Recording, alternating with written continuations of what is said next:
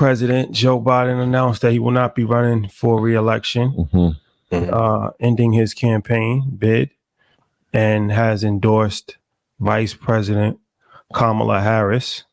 She has accepted that endorsement and is running for president. She hasn't officially been named the Democratic nominee yet. I think there's a process they have to go through to actually go through that. But all signs point that she will be the nominee. She has the endorsement of Joe Biden. She has the endorsement of Bill Clinton. She has the endorsement, probably most importantly, of Gavin Newsom, who would probably be the biggest opponent to her. So I heard some speculation that Joe Manchin might run, but I don't think he'll. Sit down, Joe. Yeah, I don't think this ain't the year to Joe. Don't play around. I don't think he'll have support. So it looks like she's going to be running for president. Yeah, at the convention, she officially gets a nomination if she's the person. Well, by then they already know that she's the nominee. Yeah, but I'm just saying the coronation. No, for sure. But I'm saying it's still the party has not officially named her as the person yet. Yeah. So what's the thoughts on this? Well, let's start with who hasn't endorsed. Uncle Barack Hussein Obama, please call me. But it's glaring that he hasn't endorsed her yet. We've been talking about this since the top of the year. Biden needed to step down. I didn't think he would. So Troy, I want to be very clear. I didn't think this would ever happen. You were correct. But I've been screaming that our leadership in America has gone down, and I know they didn't want him. He didn't want to step down, but Pelosi and others stepped in to make sure that he did, so the Democrats didn't get shellacked in November. I think it was the right decision, even though he didn't want to. When ego comes into play, I think ultimately he did the right thing to give Democrats a chance. Now, 4 months to the election is crazy work. Oh my God. I said, damn, you didn't even get a chance to put the campaign together. But I think it was needed, should have happened in January. Money has been pouring in. The market stabilized as a result, because I think we know the Trump campaign is not too happy about this redirect as well. So things are going to get very interesting. But I think this is long overdue. Also on the Democratic side, the war is not over. You still need to keep your promises of what you're going to do for the people, especially Black people. I'm not moving off that point. I know y'all want support, but I need a firm plan. First 90 days, first 6 months, first year. What are you going to do for us?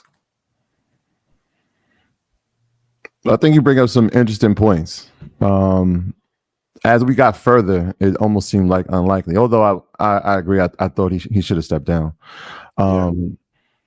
I started to think this morning about the timing of it, and perhaps maybe it strategically was done in the sense of the closer that we get to the convention, the less narrative or competition it will be for her to not be the person, right? If he had announced this in February, maybe there's a runoff or there's a primary that now happens for the DNC, and now there's competition, which leads to turmoil, which leads to division. The closer you get, it becomes like there's only one option, and it feels that way. Do I think it took a lot of courage for him to do that? I think so. I don't think it was something that he wanted to do. The glaring part is, yes, we saw, and I text the group chat yesterday. Once it was announced, I think within 30 minutes, we saw obviously Biden endorse Madam Vice President, and we saw the Clintons endorse Madam Vice President. We did not hear from the Obama team, which is interesting. We didn't hear from Hakeem Jeffries, which is also interesting. Nancy Pelosi, we did not hear from, which is also interesting. And these were the people that they said in the last week or so were the people who reached out to the president to say this is probably the best step forward for the party and for the country, really. So I mean, we'll see what happens in the coming days. But yeah, it's the beginning of, all right, well, now the focus is here on you. There's a younger voice, 59 years old, obviously has been the vice president for this administration. But these things move in camps. And so, the Biden camp is one part of the Democratic Party, but the Harris camp is a part of it as well. And so we'll see what they come with. I know she's, they've been talking about her being on a phone call with donors. throughout the last couple of weeks and the last couple of days. And I saw that they raised over $50 million. So we'll see where that ticket, the money that was going toward the campaign, if it goes to her. Hopefully it does if she's the person. And they put forth an effort that is going to be an uphill battle. We'll see. It's going to be important who she picks as our vice president. I know it's something we'll probably talk about shortly. But you're starting to see Newsom has come out and supported her. Shapiro has come out and supported her or endorsed her.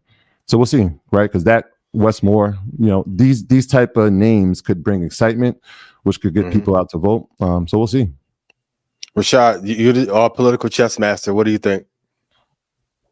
Well, I'll save my full-blown opinion for a later date. But I will say this. I don't necessarily think that I'm not concerned that Obama or Hakeem Jeffries has not supported her yet. It's only been 24 hours. So they have to play to the party as well, right? They can't just look like they pushed Biden out just to get her in. Yep.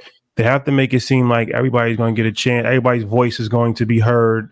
But she's gonna get the nominee. I don't think that they don't want to support her. I just think that they're going through the due diligence process, and they're playing the game of politics where they got to have meetings with people, they got to hear people's concerns, they got to But I think relatively shortly, within the next week, they will officially announce her as the person, and then going into the Democratic.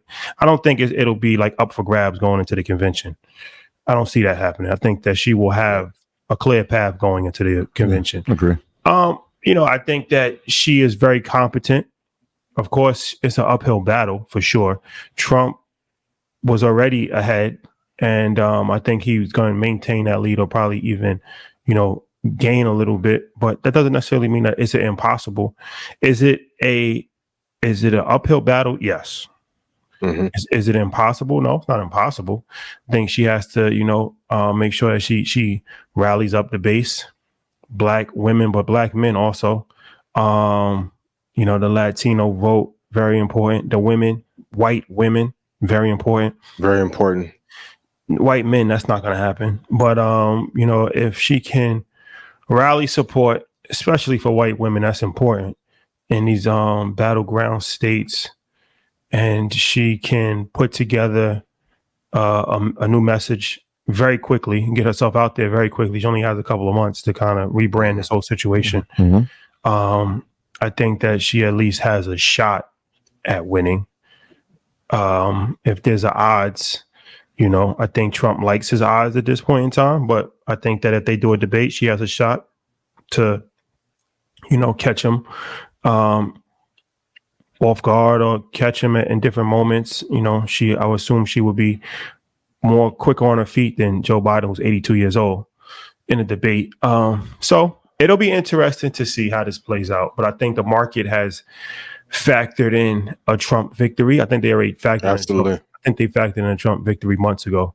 But I think that they factored in a Trump victory. But I think that if she does win, I don't think that it causes any disruption. I feel like she's a seasoned politician. She's already been number 2 for 4 years. So the cabinet wouldn't really change. The cabinet wouldn't change. It's not like she's coming in with a new cabinet. It's the same cabinet. Only person that would change in the cabinet is the vice president. But everybody else, head of education, transportation, secretary of all of these different things. So in that regard, it's actually better because it's not like when Trump comes in, he's going to have to clean house and have to hire everybody and change everything. It's kind of the disruption. So markets like stability. So in that standpoint, she would actually be good for the market because at least we already know what we have. We know we have,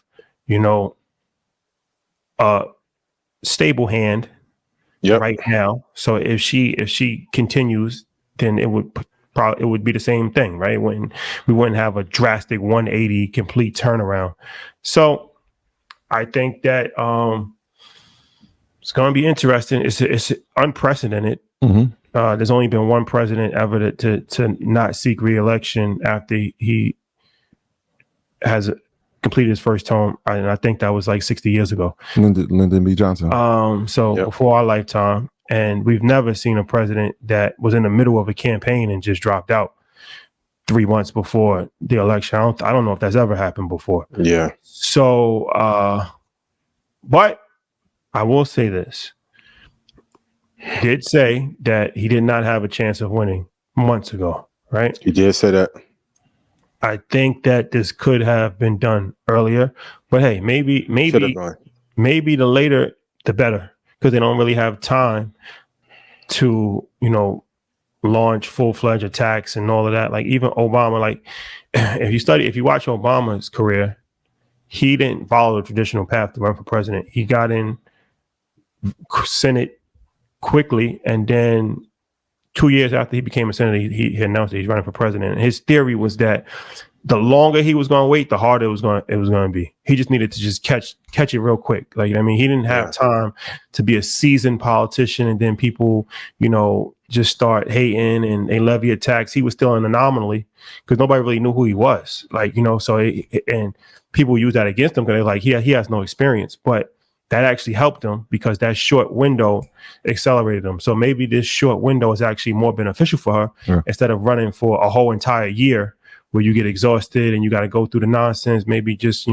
this is just a real quick 3-month run that might actually work in her favor. Who knows? We'll see. Yeah, I think he doesn't have. Yeah, I think we agree on that. I think we're looking at it the same way. Like until this morning, I'm like, wow, why would they wait this long? Why would they wait this long? But I'm like, wait, what if that was very strategically done? So I agree with you on that. I think that was played out because, again, on the reasons that you said, it now lessens the field of people, right? How many governors would have said that I want to put my hat in the race to be the nominee? But I think it's by coincidence, though, because I think Joe Biden did not want to drop. I know he did not want to step down. He didn't want to. I think he was. Hefe and Pelosi had to go to him. I think he was 100%. But once again, this goes to show you that nobody's bigger than the program, because I think that he was 100% all in.